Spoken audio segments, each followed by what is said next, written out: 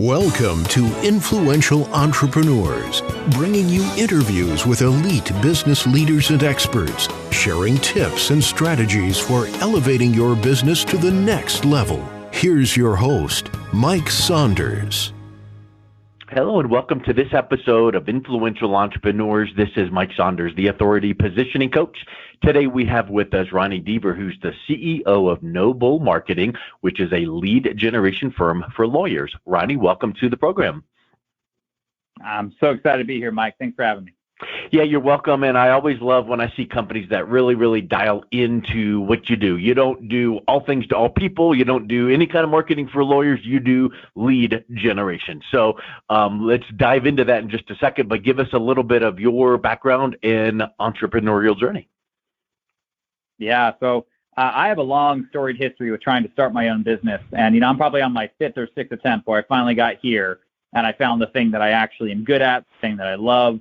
But throughout that, I really found a passion for how do you grow a business or help others grow a business in a very targeted, specific way, like direct growth. I got, very, what do you say? I was oversold in the early days of just more traffic and more calls and more everything. Yeah. And I learned quickly on that more traffic and more emails and all that doesn't mean anything if it doesn't turn into sales, right? It's like vanity metrics. And that's how a lot of a lot of vanity metrics. So that's how a lot of my early businesses failed and how I ended up kind of starting my own business with NoBull Marketing when I finally realized, wait, I've learned that there are ways that you can actually translate to just calls and cases in the case of a lawyer, right? But clients, right? And once I discovered that for myself and then I could implement it for others, I was like, man, this is what I want to do because I know how miserable and confused I was in my first few attempts.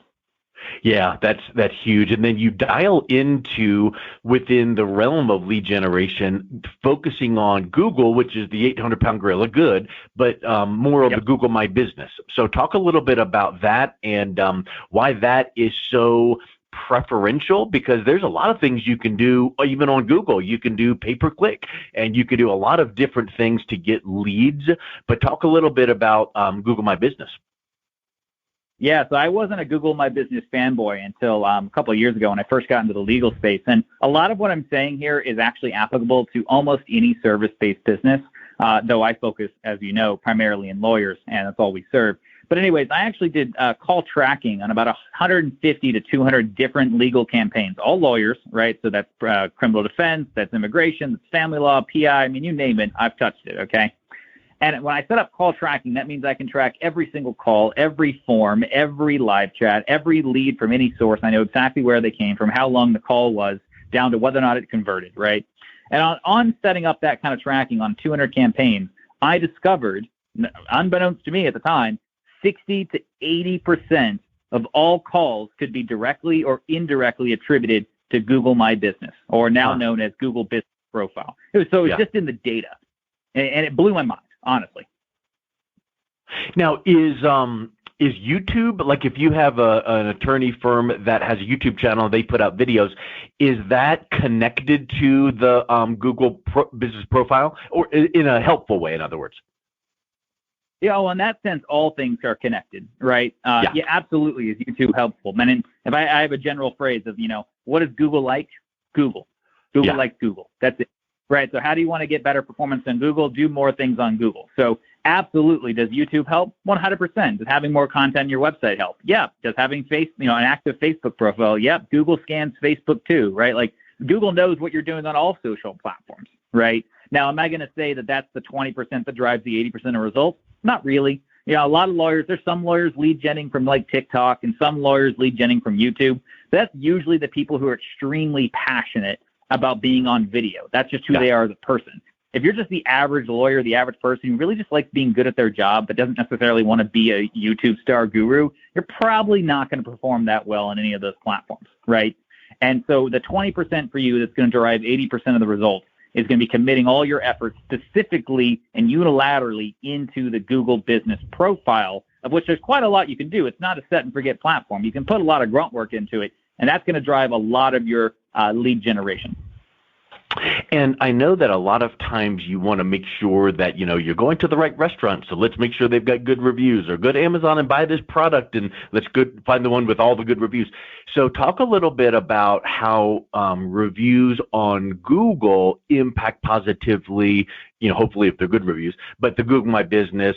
And then also when you think about, the other review platforms out there or review directories or things like that, is there a kind of a dotted line connection to where, you need reviews and it should be, thumbs up and you should be getting them mostly on Google? But what if people are going to Yelp? Is that going to help your Google My Business listing look better as well? Absolutely. Yeah. So my general response to everyone on this is that all roads lead to Google. And what I mean by that is no matter what type of marketing you do, no matter what you're doing, all right, say you would do referrals, say you're on Facebook, TikTok, Instagram, LinkedIn, it doesn't matter what you do, inevitably, even if somebody got referred to you, one of the first things they do is they Google your name, and they're going to find your Google business profile, right? Yeah. They don't find your Yelp profile first. They don't find your Avo profile first. They don't find your Facebook page first. Google shows them immediately a giant takes up half the screen Google business profile. They see your Google reviews first, okay? So Google reviews for me are not only, first of all, they're helpful because that helps your Google business profile get more leads, which is where the majority of leads come from. But even, separate of that, that's the first thing they see if they Google your name. All right. So for me, their primary importance is absolutely Google business profile. As always, as I said, all your efforts on other platforms absolutely do have benefit. I'm not telling you not to do it, but I wouldn't send them to Yelp or Facebook unless they've already left a review on Google, or for whatever reason, they don't have a Google profile and you wanted them to leave a review somewhere else, right? And you've got to do a back option. But I would send them all to Google, all right? But before we go any further, I kind of want to answer your first question a little bit better, which was, what's the impact on your Google business profile? Well, a lot of the data so far, and of course, this is always a bit anecdotal, and it's not a science because Google hides some of the, they'll never tell you exactly what works and what doesn't to rank. But anecdotally, what we've seen is about 35% of the ranking factor on Google business profile can be directly attributed to reviews, okay?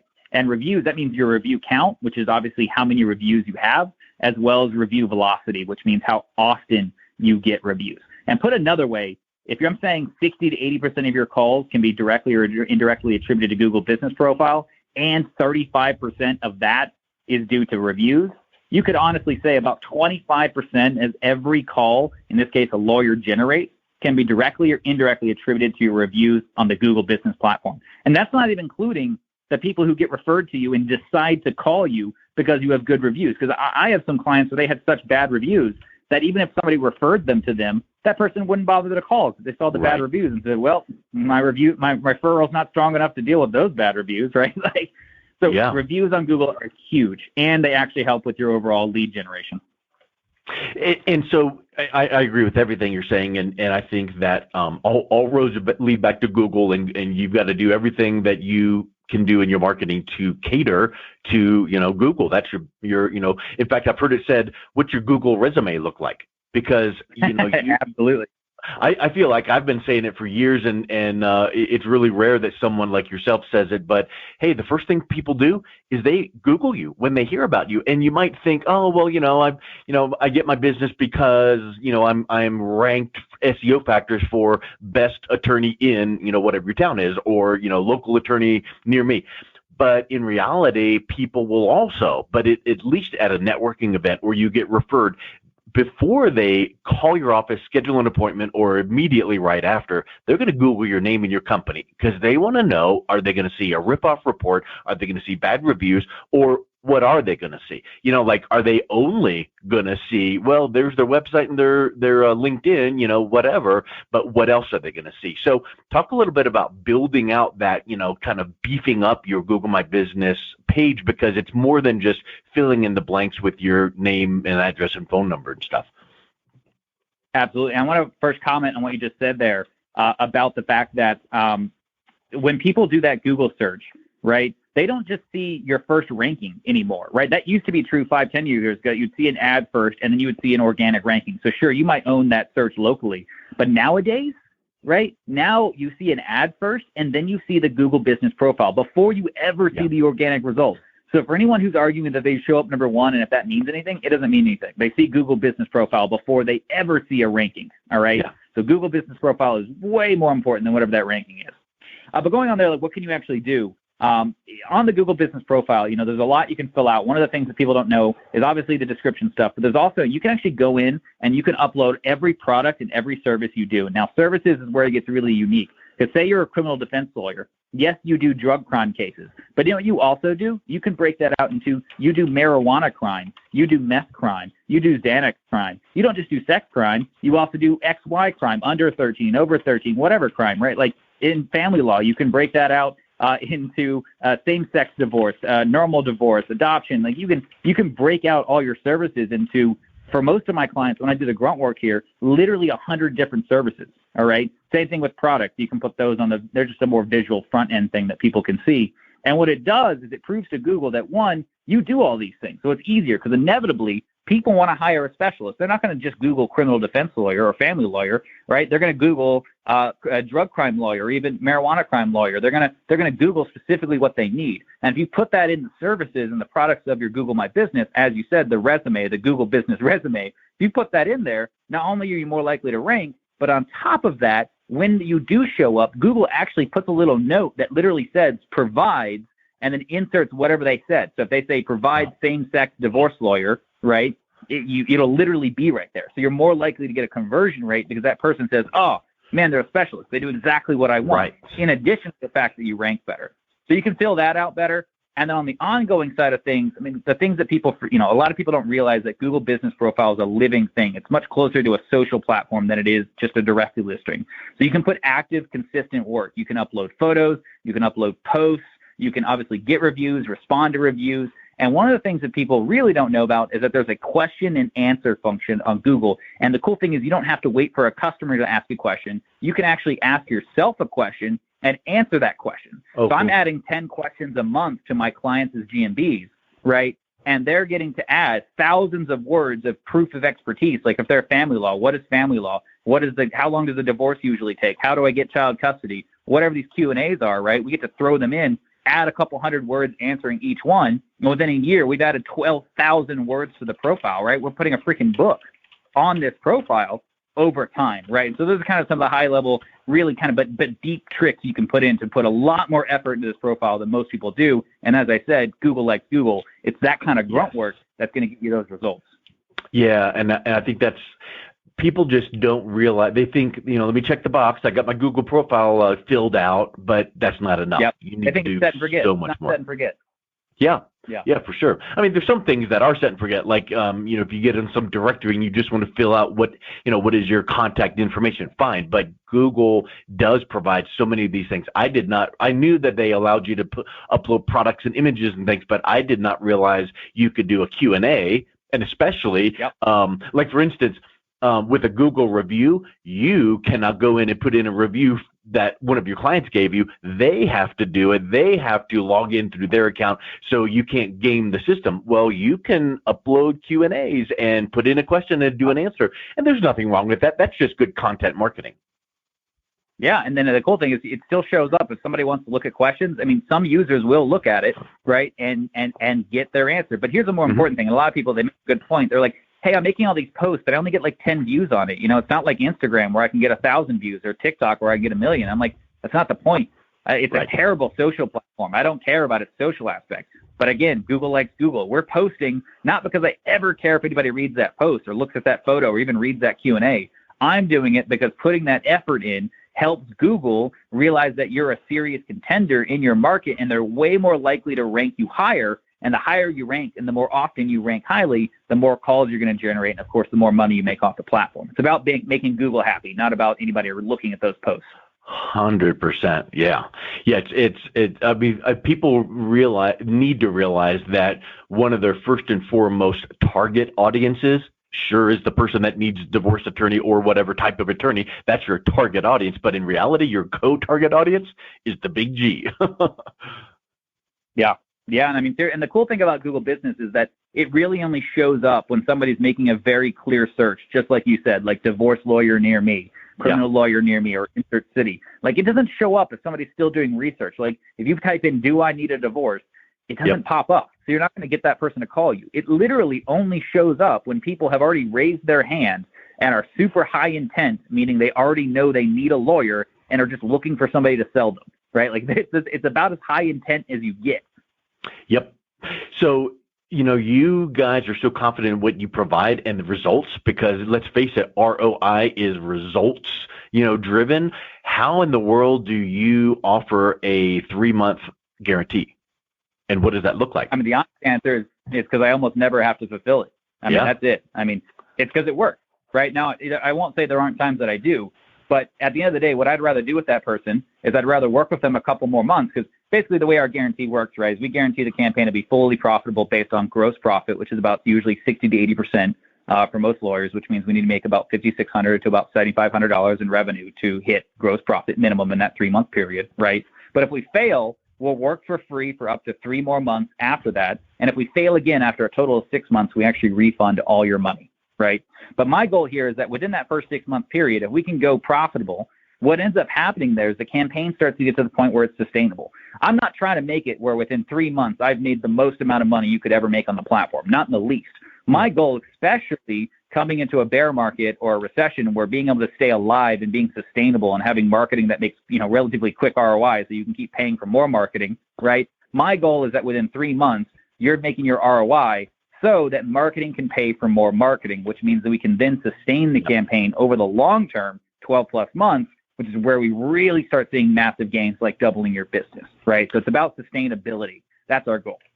So I find that, whenever you hear of kind of like the old Bill Glazer outrageous guarantee, that's outrageous. Well, you can do that because you hardly ever need to fulfill on it. So that shows that you're confident in your results. But it makes me wonder this. You must really be confident in the results your campaign can provide, because you're relying on the attorney, the lawyer's sales team closing sales, right? So what does that look like?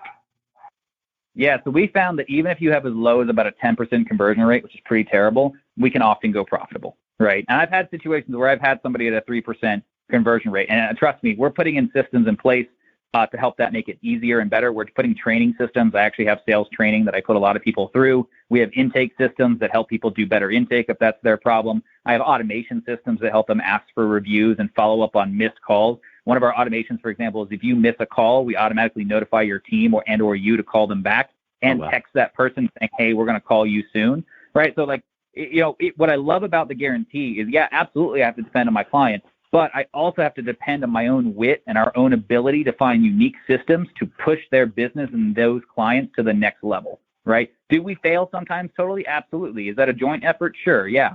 But a lot of times I find that it challenges us to do way better than any other lead generation agency ever normally tries to do.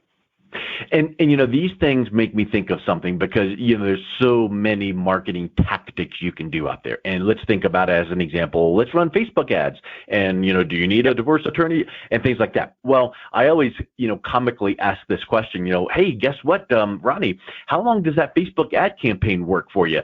And you can just see the wheels turn. It's like, well, I don't know how. Well, the answer is as long as you keep feeding the machine, because poof, when you quit paying it, it goes away. Well, what you're talking about is strategically building out your Google My Business profile. That becomes a long-term asset. Yeah, absolutely. It definitely has the time period of decay. So if you stop putting effort into it, eventually, mostly your competitors start outbeating you, right? So and that's what a lot of lawyers do. They put a lot of work in 1 month and then stop, right, for 6 months. And then they're like, oh gosh, our leads are back. And they see a boost temporarily and they go back down. So they boom or bust really hard. They put effort, they stop for 6 months and they do it again. And they're like, then that's their marketing, right? But inevitably, Google is one of those things, like they still want that consistency, not to the degree of Facebook, because like Facebook still requires like constant ad creative, new thoughts, like really in-depth work, right? But Google Business Profile is like, no, you just keep putting the same grunt work over and over again. You make new posts, you add new photos, you add new Q&As, right? Like you get new reviews. It's kind of like getting the basketball to spin on your finger, just kind of tap, tap, tap here and there. It's not like getting a whole new basketball and starting the process over. Exactly. And that's the brutal thing about Facebook ads. Not that I'm not saying that can't be profitable. It can. But like Google Business Profile isn't the same as having to create the whole wheel every single time. It's just consistent effort. Yeah. And the thing is, it does build up to a certain degree, and you can sustain for 6 months to a year and still get lots of leads without, even if you put no effort. But it will have a decay over time, just because all your other competitors are going to keep putting effort in, even if you don't, and you'll fall behind. But it's not the same as the death you see in Facebook, where like every 3 months you have to completely redo your ad copy because the algorithm got used to it and your people got bored with seeing it, so you got to refresh it and they're not showing it and the impressions and all that. So it's a whole different ballgame. Facebook has a brutal. Yeah. So brutal. Now, I think of this much more like the index fund of marketing. Like it is very consistent. User behavior is not likely to change anytime soon. You don't have to worry about like an iOS 15 update like with Google. People are going to Google for stuff. That's what they do. Like one day user behavior might change where they don't Google and Google Business Profile isn't there, but it's got to be at least 5+ years out. Like it's going to take a long while to change user behavior to the degree that people like right now. What do you do first? You Google it. Like it's deep. It's deep. So let's wrap up with this one, Ronnie. Let's say that everyone is getting things dialed in and you get incoming leads and whatnot. What's a piece of sales advice you can give a lawyer to improve close rate? Yeah, so I'll give a very quick version of this, but there's a concept I work off called heaven-hell bridge, all right? And what I mean by that is most lawyers, they get on the phone and they spend a lot of time talking about hell, all right? Hell is the personal problem that the client's dealing with, all right? They kind of let them rant and spend 20 minutes ranting, all right? And at the end of that call, they spend maybe 5 minutes talking about their bridge, which is the service they provide, right? They have a bridge. Okay, the problem with that being is that nobody wants to buy your bridge. They don't give a crap that you're a lawyer. They don't care about your degrees or what you do, right? And all you know so far is they're in hell, and you supposedly have this bridge, but where does that bridge go? They don't know. So what you really got to do is when you're on those sales calls is spend the majority of time, obviously have a little bit of review on their hell. That's necessary to feel like they're listened to, but spend a lot more of that time talking about their heaven, i.e. what do they want their life to look like in 12 months? Where are they going? And of course, as a lawyer, you cannot guarantee those results. I'm not telling you to do that, but you can promise to work very hard towards those objectives, right? So that by the end of the call, you tell them clearly, hey, I hear your hell. You repeat it back to them. I understand it. I hear your heaven. You want this in 12 months. You want the house. You want this much money. You whatever you want. All right, I hear that, and I think I can work towards that. Here's my bridge, and here's how much it costs to help you reach heaven, because people want to pay money to get to heaven. They don't want to pay money for your bridge. They want to pay. They only want your bridge insofar as much as it gets you to heaven. And most lawyers totally don't do that. They spend the entire time talking about hell and then ask if you want to buy a bridge, and nobody wants that. Right? That's not what I love that analogy. I've heard it said for years, talk more about the transformation, not the transportation. So talk about their dreams. They don't care if they're going to get there with this, that, or the other, but they just want to get there. But I like the heaven and hell. That's a really great analogy. Yeah. I mean, and again, you're not guaranteeing, you're not saying this will happen, but when you get someone to go, oh, I hate being right here, and they describe it, and then they go, but I wish I was over there, and you're like, okay, I see how, feel, felt, found. I see how you feel. Other people have felt the same way. What they found is when we work together and whatever. I mean, that's a really great tip. Well, listen, Ronnie, what's the best way? What's that? I just said people will sell themselves like that, man. Yeah. Like they come in, and if you help them envision heaven, they'll go right to it. They're pulled to it. They're drawn to it. It makes it a lot easier. But we'll continue. I apologize. I love it. I was just going to say, what's the best way someone can reach out and connect with you and learn more about what you can do for their firm?